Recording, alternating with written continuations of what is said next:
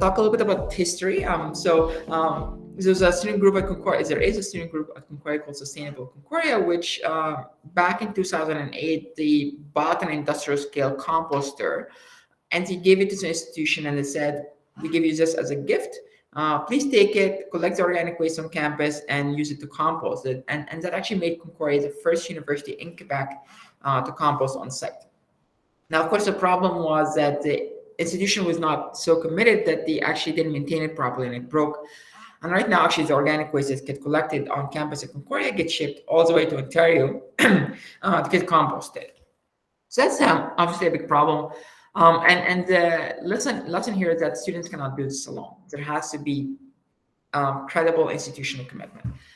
The other side of it, a few years later, the university expanded compost bins in one of our major buildings, where they had compost bins in every floor of that building. But because the community didn't know how to use those new compost bins, they were so full of plastics and coffee cups, things that are not compostable, that the university had no choice but to take those bins away because the composting company would not take it. Essentially, composting transforms organic waste into fertilizers, and if that organic waste is full of plastics and it's no longer good fertilizers, and the composting company would not accept that waste. So the lesson here is that the institution cannot do this alone either. So there has to be a multi-stakeholder approach where you have top-down infrastructure improvement and grassroots movement as well that informs the community of how to use or how to put those investments to good use. And so this is a model that we try to implement as Waste Not Want Not, where essentially it started as a collaboration between the university administration and students, where the administration committed to local increasing the making compost bins more widely accessible on campus, so more available on public areas on campus.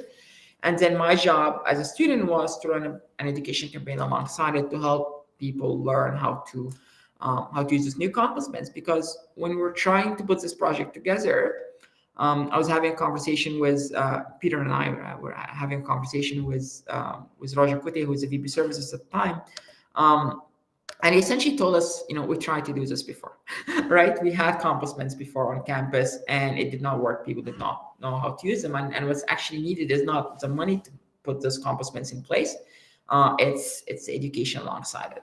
All right, so he agreed to try again, and with a commitment on our side, both professors and students, to actually do education around it, to make sure it's actually successful this time. And so before we started, there were only 9 locations at this point across all of Concordia that had compost bins in them, and now there is well over 100. And these bins were so well received. A student group, when they received their compost bin, they actually organized a ribbon cutting ceremony for it to introduce the bin to their own community.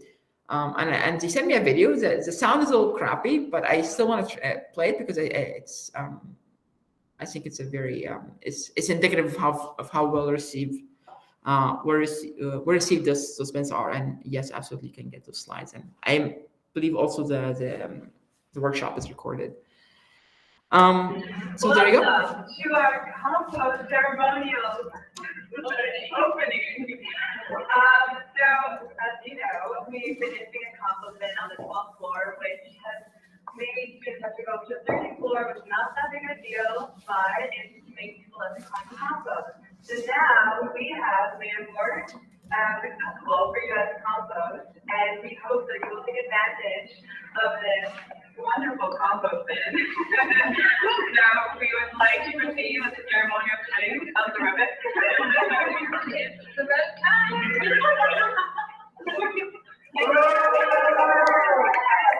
Okay, I would like to note that I was not invited, but it is an indication of how much the community wants, how much your student community wants this support from the university to be able to practice waste sorting and to compost and live up to their values. Now, Concordia is a 2-campus university, just like Ontario Tech, and we have 55,000 people. There are 12,000 new people that join the community every single year. And we emit about 10,000 metric tons of CO2 every year. And so when it comes to education, it's an enormous challenge, right? There's so many people that you need to raise awareness with, because it takes very few uninformed decision to contaminate the compost bins and put a whole lot of good work to waste. And so, of course, we have done all kinds of signs. There's signs on the compost bins, and there's those little wrappers that kind of identifies the compost bins as well, and it's organic waste. And we kind of recreated our logo with the egg here. We have a banner on the tunnel at Concordia. We had a floor decal demonstrating how contaminated the or how much of the landfills is actually full of organic waste that can be composted instead. We had signs that staff would put on their desks, including security. We have TV screens across campus as well, which we used as, for awareness, pull-up banners. But let me ask you a question. Can you describe, and please do shout it out, so this is another point where I want you to talk. Can you describe one sign that you remember seeing today? Anybody? I didn't see many signs today, but I'm trying to think. Was it because there was actually, no sign? I remember this bus had a sign on it, and the name, I think it was like some lawyer, but I remember seeing it a lot lately. So the bus signage got me. Okay. Anybody else?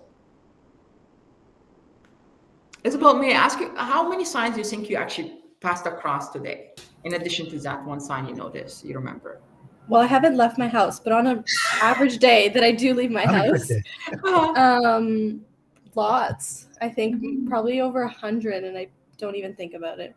And how many register in your head? Like how many you would know that you would remember 5 minutes after? I'm trying to think of the signs I saw yesterday, and it's probably like 3 that I remember. Okay. So is this what I'm trying to get across here, is that signage does not work on its own, right? This is one example where, there's a sign in the metro where explaining how people should wear their mask during COVID, and the guy sitting next to it is not wearing their mask properly, right? And I think about education as like a puzzle. Signage is the last piece of this puzzle. So I like doing puzzles a lot, and obviously, there's a strategy to it. You start with a frame, and then you work your way inwards. Signage is not a board piece. It's not a frame piece, right? It's the last piece that goes into it. And the first thing that you need to do is actually get people off autopilot so that they actually look for the sign. You need to start asking yourself, where does this go in the first place? And then they look for the sign to get the help and find the information that they want. But when we are on autopilot for all kind of reasons, like, people are busy. It's not, we don't have to be evil, but when people are busy, you throw the stuff to the first bin that you see. You don't necessarily know what that is, and 2 minutes later, you actually forgot you had something that you threw away, right? So the signage is the last piece, but the first step is actually getting people off autopilot. So our approach to education is essentially like, think about awareness effort, cultural changes like vaccines to herd immunity. And what that means to us is that we focus on broad impact as opposed to deep impact. So normally we don't do those hour-long workshops where we try to get people to go perfectly zero waste. The longest presentations you're sitting through right now. But normally we try to talk to as many people as humanly possible, even if it's only for 30 seconds. And I do want to talk a little bit about some of the ways that we do that. The activities that has the biggest reach is through a green brigade, where we have students that we hire and we pay a living wage to, and they go to events. They stand next to the waste station, like Gabriela here, where they help people learn how to sort their waste, right? And so you see, you can count like 10, 15 people there in the 30 seconds clip for a very short interaction, just to talk about what goes in what bin, right? And we do this throughout the year, anytime throughout the day. It could be, and we don't have to be the ones organizing the events. Actually, normally we're not organizing the events. So it could be a student group organizing a party. It could be a professor organizing a conference. It could be the president organizing a fundraising for alumni. We don't really care. If you're hosting events and you're serving foods and we want to work with you, We simply ask you to make sure that the venue has a compost bin, and then we send you the green brigade who stand next to the waste station, help people learn how to sort their waste. The event doesn't have to be anything related to sustainability. We don't intrude on the events. They're polite, they're friendly, they're just there to help. And last year, there were about 30,000 people who attended events who are ambassadors of presence. So you can see the kind of broad impact that this kind of approach has. And they're always very well received by organizers. So this, for example, our work at the Cirque Festival in Montreal here. And so it's obviously like our work is not just limited to the university right now. We work with festivals and cities and boroughs where we send green brigades to events. And the organizers really appreciate it. And the other approach that we use the green brigades for is to give class presentations. So these are 5-minute tutorials on waste sorting. Right. So obviously, like our student team does this, but obviously professors as well. So we had a whole lot of professor volunteers. This is a picture of Peter giving his own presentation on waste sorting.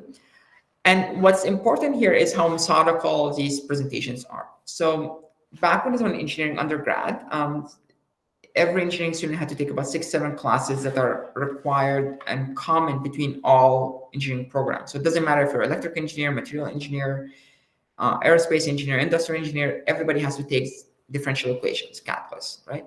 And so we target one of those common required classes and present to it every time that class is offered. So we do this every semester, right?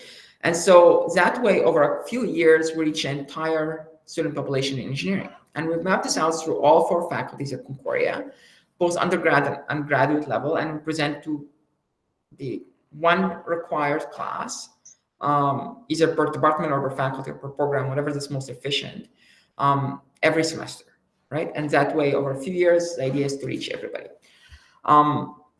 And so far, we present about 16,500 students since we started doing those presentations. And they have been growing over time because at the beginning, we just started with engineering because I knew which courses I need to reach out to. And then the mapping out, we added 1 faculty at a time. And this semester actually was the first time we present to graduate students as well. And so far, we presented to over 3,000 students is our record so far. So it's the highest semester ever.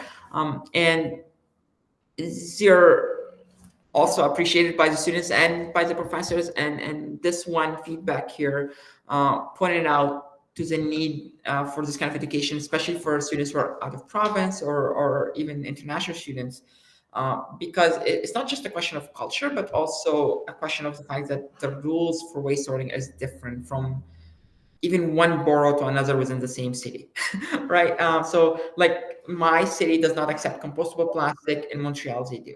And I like my borough within Montreal does not, but the borough where Concordia, where I go to university, it does accept it. So the rules are different from one place to another. So when you have students going to a university, either from outside of the country or from outside the province or even outside the borough, they need that refresher to know what are the waste sorting rules in this campus or in this city. So that's one way of also doing broad impact education. And these are 5 minutes long, right? Because we're taking class times, and so we need to be very concise. And we're obviously very grateful for the professors who keep allowing us into their classes. And it's really helpful that it's always the same professor teaching the same classes. So you get to build this kind of commitment from our relationships with professors, and they're very committed. So when the COVID hit and everything had to be transitioned online, even though it was stressful on everybody, both the students and professors, the professor was still very committed to working with us and allowing us to present online. So that also involved the additional steps of sending out the Zoom link and all the coordination that's involved with these things. I would like you to meet the team.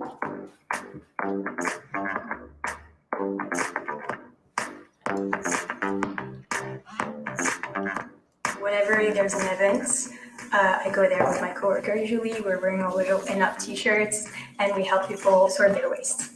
So that usually is like compost, recycling, and trash. Because I tell them like which goes into which and why. And if they have time, then I extend the conversation and we talk about the waste crisis, about initiatives that we can do to, reduce our own impact on overconsumption. In my presentations, I do educate the students on how to recycle better and who we are and what we do. So we show them a quick video that Enuf made, and then we do a quick recap on where does each item go in bins, and then waste sorting at Concordia versus at home. It's basically just having conversations about garbage. At Enuf, we compost. في Enuf نحن السماد. A Enuf compost. Aqui na Enuf, nós compostamos. Bom. There's another advantage, there's another way of building on that platform of having green brigades at events, which tackles food insecurity as well. So actually this January, we set up Concordia's first community fridge on campus, with the idea that our green brigades were already at events. We take the untouched surplus food from that events and put it in the community fridge so that other students can take it for free. Right. So I have been to way too many events where at the end the organizers will come to me and they say, I bought 100 lunch boxes for the conference. The participants took 60 of them. There are 40 that untouched, unopened, perfectly good food that they don't know what to do with. And they ask me, well, can you help? And so far my response has been, the best I can do is eat one of them, right? Because I have no outlet to take that food and put it, give it somewhere, right? So with those fridges, it provides that outlet where the ambassadors can take the surplus food and make it available for the other students for free. And this is really close to my heart because even though 20% of Canadians is food insecure, that number is twice as much within a university student population. So there was a survey by Meat Exchange that was reported on by Maclean's magazine that surveyed 4,000 students from 5 different Canadian universities. And 40% of respondents said that they have to choose between paying tuition and buying enough food. So the university student population is disproportionately more vulnerable to food insecurity than the rest of the nation. And so there's a lot of food insecurity on campus that we should address, and especially we waste 58% of the food we produce in Canada. So there's no shortage of food. I think we need to do better to redirect the food. And the other side effect of those green brigades is culture change. And one example is within institutional events. Laura Mitchell, for example, she directs the Concordia Student Success Center. And the first time we went to the orientation that's organized by the Concordia Student Center, it took 10 minutes to sort through the waste every time because there's so much garbage, there's so much composting and recycling, there's a lot of different things. And so going through the sorting for each person, it takes a lot of time. But at the end of the event, the participant actually went to the organizers and thanked them for how much they care about sustainability and waste. And they said that the ambassador or the Green Brigade was very helpful. And so the organizer got a lot of positive feedback that the year after, again, no input from us. Like, I'm just happy to be included. I just want to know when and where to go. And that's it. We don't talk about sourcing. We're hassle free. But the year after, on their own, the organizers decided, okay, so there's no garbage. Everything is going to either be recyclable or compostable, right? So there's nothing that goes to landfill. And again, they got really positive feedback. Same story. The year after, everything was compostable. It was a zero waste event, where there's no recycling, no garbage. Everything is compostable. Which came with a bit of a problem for us because there's no sorting that happens. So the Green Brigade don't have a lot to do. It's a bit boring for them. So it's a good kind of a problem, but I assure you it's a bit of a problem nonetheless. But this is the kind of culture change that takes place through these kind of initiatives without me being pushy or without me being a hassle, without me being a burden on event organizers. They do this out of their own motivation. And sometimes it works the other way around, where, for example, Liz Ullin, who's the city councilor of Montreal West, hired us to train the city staff on how to put together a sustainable event. And after that, they actually decided to purchase a bank of hours for our Green Brigade so that the events that the city organizes throughout the year, they can just send me the coordinates and we send them the Green Brigades to help do the education on at the event as well. On the student side, before we started, only the Concordia Student Union had a sustainability policy. But every year I have a tradition of going to present to each student association council meeting, and I actually also presented to faculty councils and so on, and department councils. But I talk about the work that we do and make sure that they know about the resources available to them so they can ask for our green brigades at their events and talk about different collaboration opportunities. And I also make the case of institutionalizing these practices in policies, because with student groups especially, there's a different team every year, right? And so how to make sure that what the good work that we're doing one year doesn't get lost a year after. And so I'm actually happy to report now that all umbrella student association now at Concordia adopted sustainability policies that, yes, include the focus on composting and waste sorting, but they go well beyond environmental sustainability into social sustainability and economic sustainability as well. So it has a much deeper and broader impact. And this is, of course, thanks to the many champions that took that message to heart and did the hard work of writing these policies and building the buy-in within their councils to get these policies passed. And it was really important for us to demonstrate that the entire community is invested. And so we have this picture campaign where we have a sign with our logo in it, and people handwrite a message encouraging their own community to become more sustainable. And so we have well over 300-400 pictures now. But the entire senior administration at Concordia participated, professors, staff, students, cats, dogs, birds, plants, everybody's welcome to participate. And of course, I invite you to participate as well. If you go to our website, enufcanada.ca/cu compost, you can download our sign, just take a picture and post it. And that's it. And what's really important about this is to demonstrate to each of our own different communities our values and have that message echoes. And what we have seen is a lower contamination. Like, remember that first response we got when we were trying to put this project together is that we have tried this before and everything was so contaminated. And so one of the things we do is that every semester we go around and take a picture of each compost bin on campus from atop to get an idea of how much contamination there is, or if the bin is contaminated or not. So if we see visible signs of contamination, we mark that bin is contaminated. Don't see visible signs of contamination, it's marked as pure. And so in winter of 2019, about 1/3 of Concordia's compost bins had visible signs of contamination, right? And the winter after, that number decreased to 19%. So you should take this with a grain of salt, obviously, because we don't quantify how much contamination there is. So it could be one coffee cup that's very minor, it's not a big deal, or it could be bin so full of plastic. In here, they would mark, with this methodology, they would count the same. And also, it's just a spot check. Like, we do this only once a semester, and the proper way of doing this is a full-on waste audit. But what gives me some confidence in this data is that we have seen a decrease in contamination in every single building at Concordia. This shows the overall number, but in every building there was a decrease in contamination as well, based on this methodology. The other part is that composting has doubled at Concordia. So before we started September 2016, and so the academic year of 15-16 is our benchmark before our work. And so in that year, Concordia sent 46 metric tons of organic waste to composting. In the year right before the pandemic, that went up to 94 metric tons. So it has more than doubled during that time. The most important part, though, is the overall waste. So in here, by overall waste, this shows the recycling plus composting plus landfill. So all the waste that's being generated on campus, and it's normalized by FTE, so full-time equivalent. So essentially, it's a population on campus, and this takes into account both students and staff, so everybody.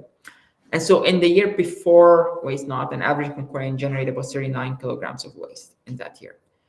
That has decreased consistently year over year, all the way to 33 kilograms per person in the academic year before waste not.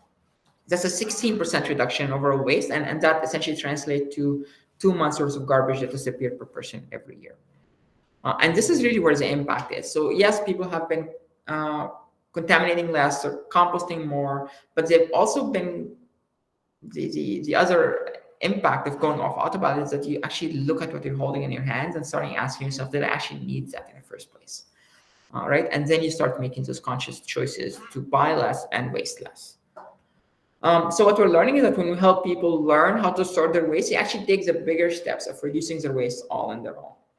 And this gives me a lot of comfort as somebody who's trying to fight the waste crisis, because the waste crisis is a massive problem. It's a global problem. And there's a lot of legitimate reasons to be discouraged of my action as an individual doesn't have an impact within the scale of the problem, right? But what this is telling me, what this first-hand experience is making me learn, is that I don't have to get people all the way. I just need to get people started and thinking, and they take the bigger steps of reducing the waste on their own, which is very comforting, I find. The second case study that I want to talk about is the Laurie McDonald High School. And in this picture here, you see Ivan, who is the vice principal of the school, and Valerie, who is a staff champion. And essentially the way that started is that first, there had to be an agreement with the vice principal to actually have the project and accept the compost bins and go through the nitty-gritty operational details to make sure that their custodial staff is okay collecting the organic waste and making sure it gets collected by the city and stuff like that. And then identify staff champions. This is Valerie, who is willing to help with the logistics. So, for example, if you want to organize an educational workshop, somebody has to do the scheduling with the students. Same with this workshop, for example, somebody had to do the scheduling for the events. So there has to be champions within the school. And then we coordinated with the city to deliver the compost bins, and obviously in coordination with the school, make sure that they have the right sizes and numbers of compost bins, and that the collection is implemented. Finally, we presented the school staff meeting. So this is, again, all in part of building buy-in to make sure that everybody's aware of what's happening and everybody is on board. And we also presented the school's board as well. And the grassroots aspect of it is that we also trained their student green team to act as ambassadors, as green brigades during lunchtime in the cafeteria, so that they help their fellow students with waste sorting as well. We conducted school-wide workshops where, we started with like a 5-minute informational slides where what goes in where.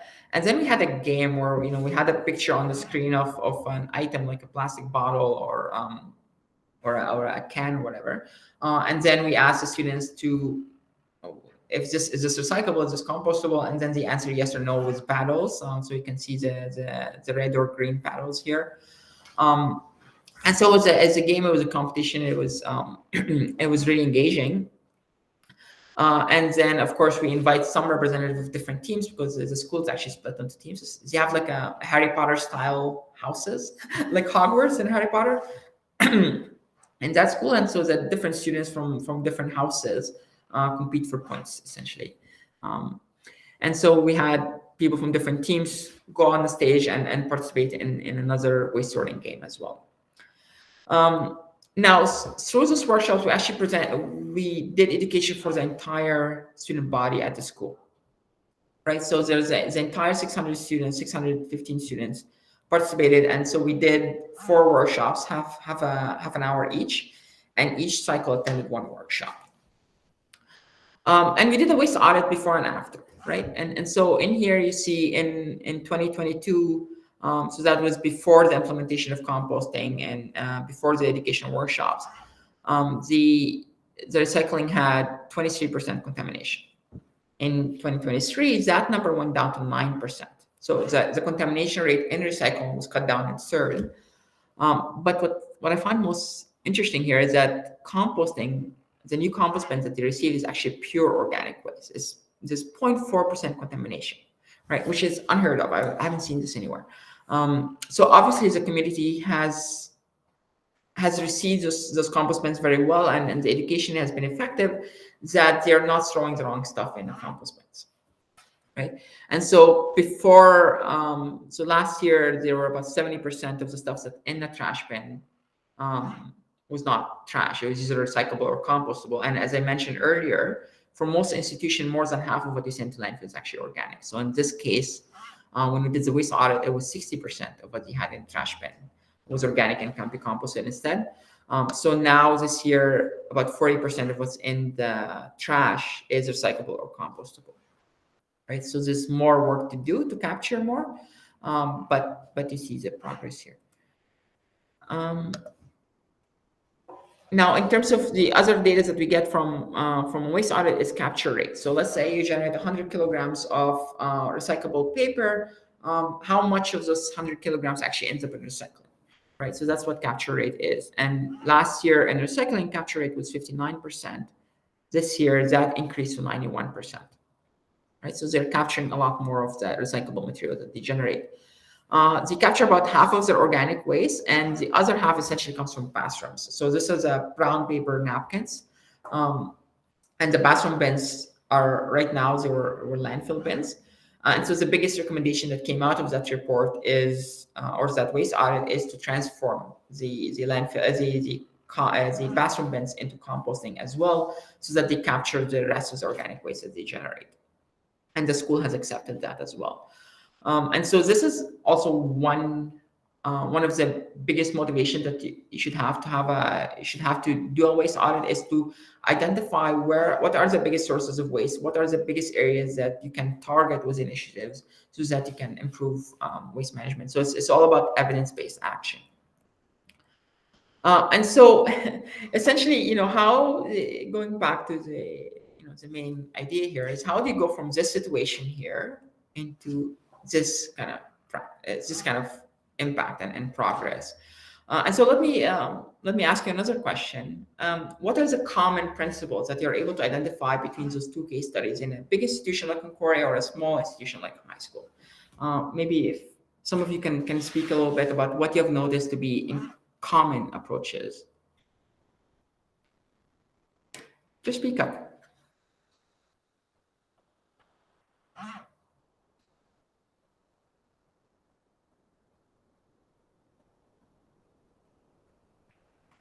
Buy-in, community engagement. Thanks, Scott. Community engagement and buy-in. Yeah. So in here, essentially, the model that was applied in both cases. There's a top-down infrastructure improvement coupled with a grassroots broad impact education, right? And so the first step is admin buy-in and investment to have the compost bin and collection, right? So in the example of Concordia, Roger Code, who is a former VP services, agreed to make the investment, put in the money. Having a lot of support on site, the Green Brigades. And so Roger has agreed to put in the money and put in the money from the institution to have the compost bins in public areas, because I can talk to people about what goes in a compost bin all day, but if there's no compost bin, it doesn't work. Right. Same thing with Ivan at Laurie McDonald. He also agreed to accept the compost bins and put in the effort to have the school go through the model. And I would like to actually show you a little video that the Concordia president has made to promote some of that work. Hi, I'm Graham Carr. If you're new to Concordia, welcome. And if you're a returning student, welcome back. I'd love to meet with you and chat at the back to school events that we'll be holding on the Sir George Williams and Loyola campuses. Please join me for some snacks and refreshments, and make sure to bring your own reusable mug, and feel free to speak to one of the waste ambassadors standing by. Since the beginning of Waste Not Want Not, Concordia has doubled its annual composting and reduced its overall waste by a total of 150 metric tons. This is a zero waste event because here at Concordia, we compost. No. One word of caution here. I underline the word investment here because oftentimes we see this a lot with zero waste programs, where it can become a little bit of, I would say, like a cheerleading activity, right? So in here, there's the students that are asking for support, and what they end up with is a high five, right? So word of caution here is that anything that looks like greenwashing PR kind of saying will invariably lose the interest of the community. A communication campaign is very important, and it's only effective when it's coupled with tangible changes on the ground as well. Now, the second step is having champions, right? So Peter was our professor champions, Roger was our administration champion, and Valerie was our staff champion at Laurie McDonald. And this is super important because otherwise, as students, we would be just trying to push mountains alone. And it really helps to have those champions that have your back and keep advocating with you, that it's not just grassroots as well. The third step is investing in broad impact education. And so one example here, and this picture of Roger Cody signing a contract with the Concordia Student Union, where the university agreed to provide funding to the student union to hire the Green Brigade and pay them a living wage. And I do want to talk a little bit about the experience of us going from having volunteer students or student volunteers in the first couple of years into having paid students.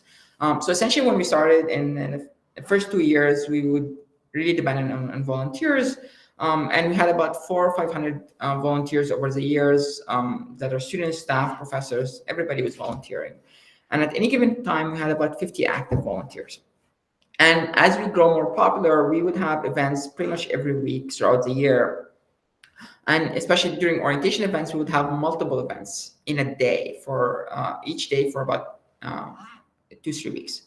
And so the logistics of managing this many volunteers and this many events was just a nightmare. And so there was somebody who's being paid a part-time job, $15,000, to manage the logistics of all of that. And at some point, it became clear that it's not working. Like, they were barely able to keep up. And so I went to Roger and I said, I think it would be a lot more manageable if we have a smaller team of students and pay them a living wage to do the work that matters. That will minimize the logistics involved in the process, and then the students who are doing the work that matters actually, get paid for it. And so he agreed. I actually asked for 10,000. He said, "Oh, I don't think you can do it for 10." And he gave me 15. I spent 8, right? And what happened was we went to more events, reaching more people in one semester than the entire year before that was volunteers. And so what that means is that we're able to do more, better, for less money in a way this institution is sustainable when you pay people for doing the work that matters. And again, like from a moral point of view as well, like when we have a situation where so many students are struggling to have money to buy enough food, asking them to volunteer their time for free as well is a little bit questionable. So it's much more financially effective to actually pay students to do this than asking them to volunteer. The last step, the fourth step, is being obsessed with data. And so as you saw, like there's no lengths that we wouldn't go to actually collect data. And they're really important to earn credibility and energize the community, nurture motivation. And as a university, there is a moral obligation to inspire evidence-based action across society as well. So data always comes first, must begin and end with data. This is the right time for this kind of work, and it's the right place. The climate strike a few years ago was the largest protest in human history, and actually Montreal has the largest turnout of any city in the world. And so we have a community that's very energized, very mobilized, and that demands our institutions, join them in fighting the climate and waste crisis. And this is what we're here to help institutions and organizations do. So thank you very much for listening. I'm really eager to hear what you think and your comments and your thoughts. And of course, my team and I are always here and ready to support in any and every way. Please do. Let me stop sharing.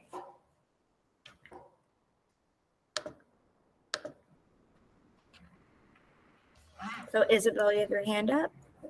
Yes. Thank you so much for your presentation. I was wondering, in terms of when the student groups began their own sustainability policies, was that more led individually by them, or did you support them in any capacity to help them with it? And you said it involved more than just composting, recycling. Mm-hmm. What were some other examples of things they included? Yeah, so I think my role was just being a bit in a butt. So I would go to their council and make the case that they should have a sustainability policy. But then I step back because I try not. It never worked out well for me to tell people what they should do. And so I make the case. This is something that's important.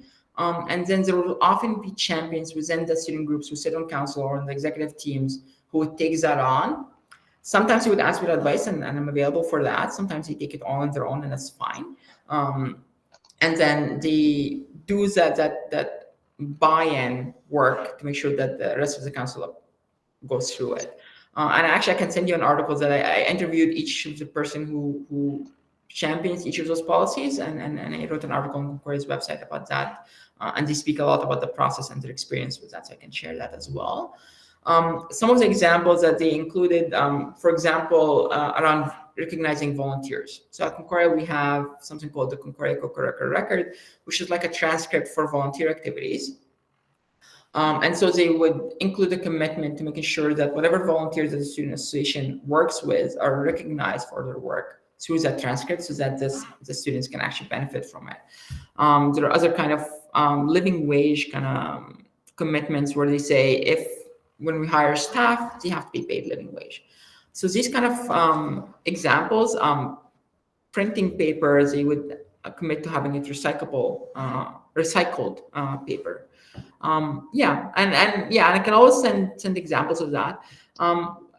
One last thing also, like the business student group actually added a funding program in their policy where they said if a sub-association, so oftentimes it's an association for faculty, and then there's groups for each department or programs and stuff like that under it.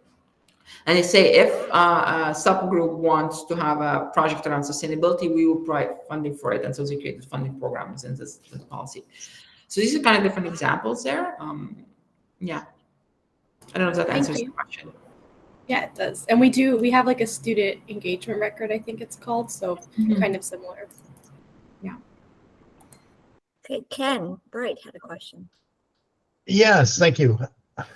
Make sure I'm off mute. Yeah, so just a couple things here at the university. None of our waste goes to landfill, and so it's all going through to an incinerator. However, the initial design time of the university, we did actually have a fully recycled program. To one of your slides there, we found that there was a very high percentage of waste. The recycled material, it's contaminated, so it ended up going to landfill anyway. Yeah. And because we are co-located with the college here at North Oshawa, they went to a single stream, so where everything is commingled, and then it's sorted at a transfer station. How much of that actually gets transferred out and goes into recycling and that sort of thing, we really don't have good records. And in the past, we haven't really had good records on waste audits, I will admit. We have looked at composting on campus. We're in the very early stages. And so I'm curious to where or how is the composting at Concordia being used or dealt with? Who moves it from point A to point B to be composted? And just things like that. Yeah, so there's a couple of things here. Number one, the contamination recycling is a major issue. About 9% of the plastics is being used in Canada is actually recycled, and the biggest reason for that is that we don't know how to sort it, right? So a lot of the recycling bins are so contaminated they end up going to landfills anyway. So that's why it's so low. The recycling rate is so low. With respect to Concordia's practices, essentially Concordia has a contract with a waste management company called Matrec, and their composting facilities in Ontario. This is one of my biggest frustrations, right? So essentially, the organic waste get collected on campus, get shipped to Ontario, get composted. So, and then the fertilizer is there. I guess it's used sold by the company to urban farms and so on nearby. But I don't know for sure exactly what the practices are. So that's what Concordia does.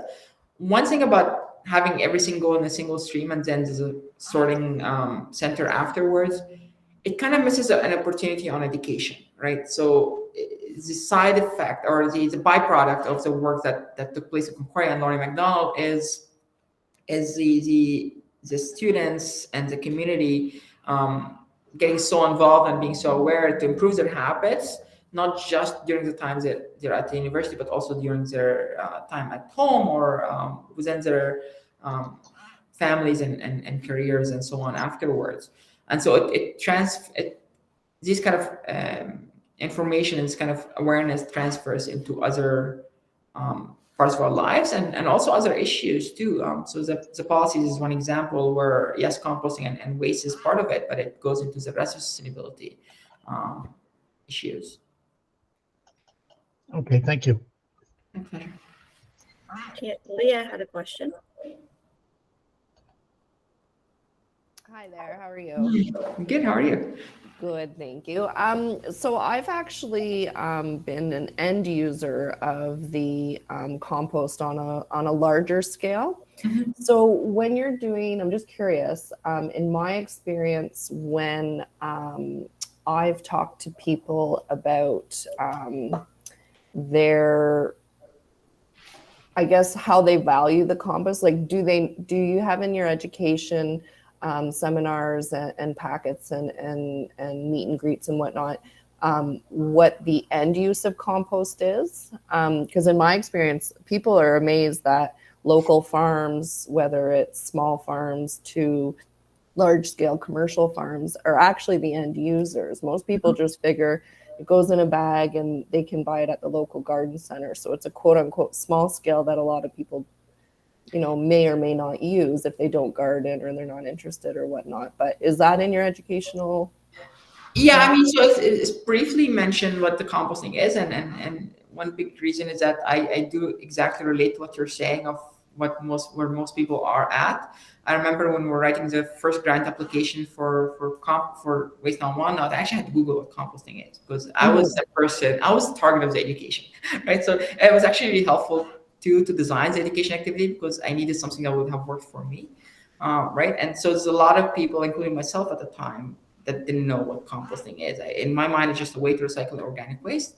What the product is, I have no idea, right? And so in our videos, like in the class presentations and so on, we do have a few, a little animation on what happened, what composting actually is, what happens to organic waste, and how it becomes into fertilizers, how it's part of the cycle of life naturally, but also how it's being used right now in urban farms and so on. So that's it briefly. A lot of our work though has been really just focused on sorting the waste. Like I'm just curious if it might be like valuable to also have kind of the end result. Like, yes, I just ate my apple. This is where the core should go, but perhaps why? Like, I think, like, as I said, just in my experience, like when I've been working and whatnot, people will say, well, why don't you just put on a commercial granule fertilizer? But they don't understand the other aspect to, the microbial level and et cetera, et cetera. But I think I know it's a bit of a complicated ask, but just if people understand the value of the end result of that one apple core getting, composted and having another, I guess, renewed nutrient source, I think maybe that might hit home with a few people. Like the sorting part is absolutely critical. But I just wonder if that might hit home with a few people. There's no disagreement there at all. Like it is already part of our education that we do. We spend most of the time on waste sorting, but it goes first. This is why. No, absolutely. No, I think it's really important. Right. So it's a first part of that video that we run in a class presentation is why the cycle and the urban farms and all this stuff, and then we go, okay, this is why we need to do this. This is how we can do it, right? And so this is the way it's structured.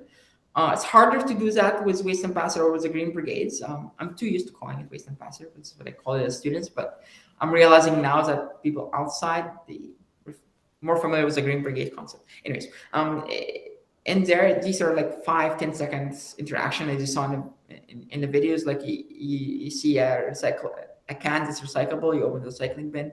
And try to get as much information on sorting as possible. So it's harder to do that. But there are very keen people who stick around and they have longer conversations, and that's where we get into the why and the urban farms and all this. Yeah, stuff. totally. So we Okay. could- yeah. Thank you. Pleasure. Isabel. Yes, I had another question. So for a school like ours that, currently doesn't have composting, are there maybe, like, could you summarize the 3 kind of points that you started out with when you had like bare bones, like when all the compost bins initially got taken away because of cross-contamination and whatnot? Like, what were the first 3 things that you kind of figured out before you went ahead with this program? Well, the first step is senior administration agreement and investment, right? So the first thing that happened with us is Roger said, yes, we're doing this. We're having compost bins across campus, right? It didn't happen all one shot, so we didn't go from 9 locations to 100 in one day. So the first year we had 20, second year we had 50, and now I lost count, we're well over 100. Right, so that's the first step. It doesn't have to happen all at one shot, but there has to be an increase in composting on campus that would have simultaneous broad impact education alongside it. So our deadline for the institution to have the compost bins in place was actually our first education event. That's the timeline that we agreed on. So they had to be there before we do our first education event, and at the same time, our education event has to happen the first day, or essentially we started in fall of 2016. So the orientation was the first week of class when we did our first kind of events around this, and that the first week of class the bins have to be there. So that's the very first step, and then again the data tracking. So one of the bigger challenges we have had is that after the first year, I came back to facilities management. I said, well, I would like to know if any of the work we've done actually made a difference, right? So can you tell me how much you were composting before, how much you're composting now? And they came back to me, telling me that, oh, we don't compile it, we don't track this data. And at the time, I was a PhD student or a master's student, PhD student, I think at the time. And so I was a research student, and I was a bit disappointed that my own research institution does not track data. So I end up sitting next to a photocopying machine with all the invoices that is paid to the waste management company, because the university pays by metric ton, right? So the data is there, just it needs to be compiled. And so I photocopied everything and then started tracking all of the stuff. And then that's how I know the progress. So that has to be institutionalized from the beginning as well. So you should know how much what the waste composition is, or I guess if you don't compost right now, so it's 0 beforehand, and then you see how much that goes after. But that process has to be in place from the beginning so that you can keep tracking, because again, like a lot of people feel disempowered in a way that what my choices as an individual don't have an impact on the larger problem. And showing that demonstrating credibly that their hard work that they're making is the hard work that they're doing is making a difference in institutional scale is very empowering, right? So it's not just when I put the apple in the compost bin, it's not just this apple, it's everybody else, and the institution itself is doing better, which is much bigger scale than what I can do as an individual. Then the third step is broad impact education, and that also takes investments, because again, it's a lot more feasible to do when you pay the students, as opposed to having it with a volunteer program that's actually much harder to manage logistically. So that's it. So investment from the top down that's able to actually mobilize the grassroots movement and data. Thank you. Sorry, I was supposed to give you a concise 3-point answer. I thought for. And we have time for one more question with Scott. Yes. Awesome. Can you hear me? Yes. Awesome. Okay, I just had a question about what were the biggest factors that got buy-in both from the university, but more importantly on the municipality and those collection services? Yeah, so I mean, from the university, obviously, like we just Peter and Roger just had our back. Like there was obvious at the time there was reluctance from facilities management. Like essentially just said, we tried this before, we don't want to do this again, right? And Roger said, no, we're doing it. Like he literally kind of said we're like he just made a decision, and that was really important. On a municipality level, this was after we transformed from a student group into a social enterprise, trying to scale beyond. And it was really helpful to have a credible track record that we had at Concordia to show that this approach is effective and makes a difference, that when we talk to municipalities, they listen. And so actually, before we were thinking about creating this social enterprise, a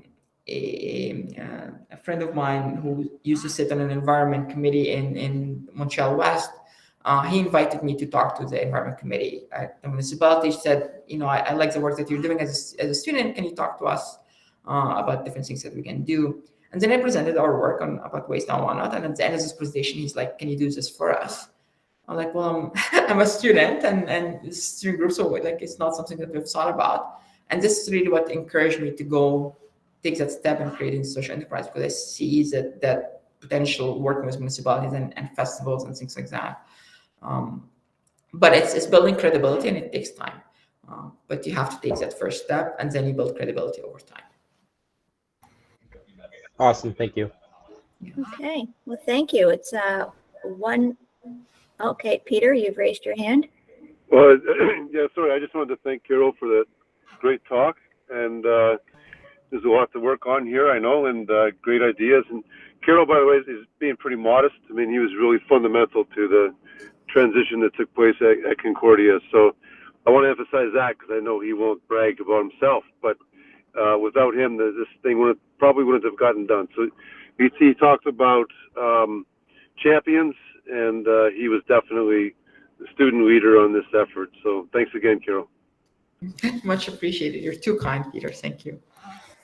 Okay, thank you everyone for joining us, and thank you, Dr. Riad, for taking the time today. My pleasure. Thank you for including me. Good luck.